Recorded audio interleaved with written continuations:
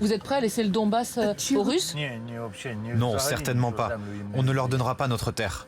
Le Donbass, ce sont des kilomètres de route sous des filets anti-drones.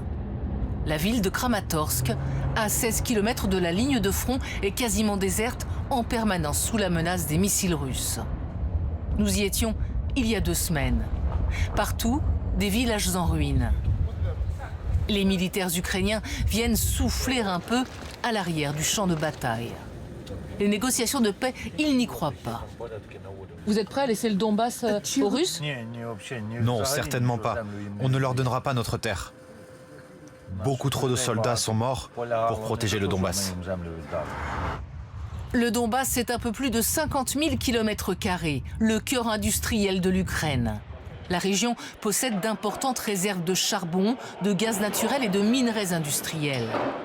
Aujourd'hui, le Donbass est aussi devenu une forteresse avec ses installations militaires des 2 côtés de la ligne de front. Renoncer à cette zone serait prendre un risque.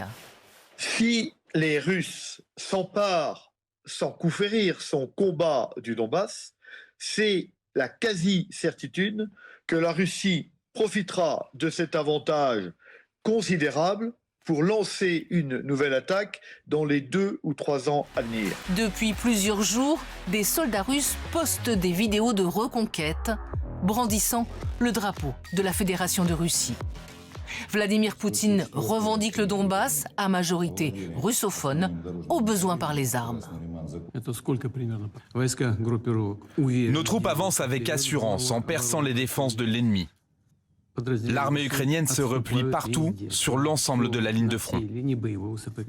Pour la première fois, dans la nouvelle version du plan de paix, le président Zelensky a proposé de retirer ses troupes du Donbass pour une zone démilitarisée, à condition que la Russie fasse de même et qu'un référendum soit organisé en Ukraine.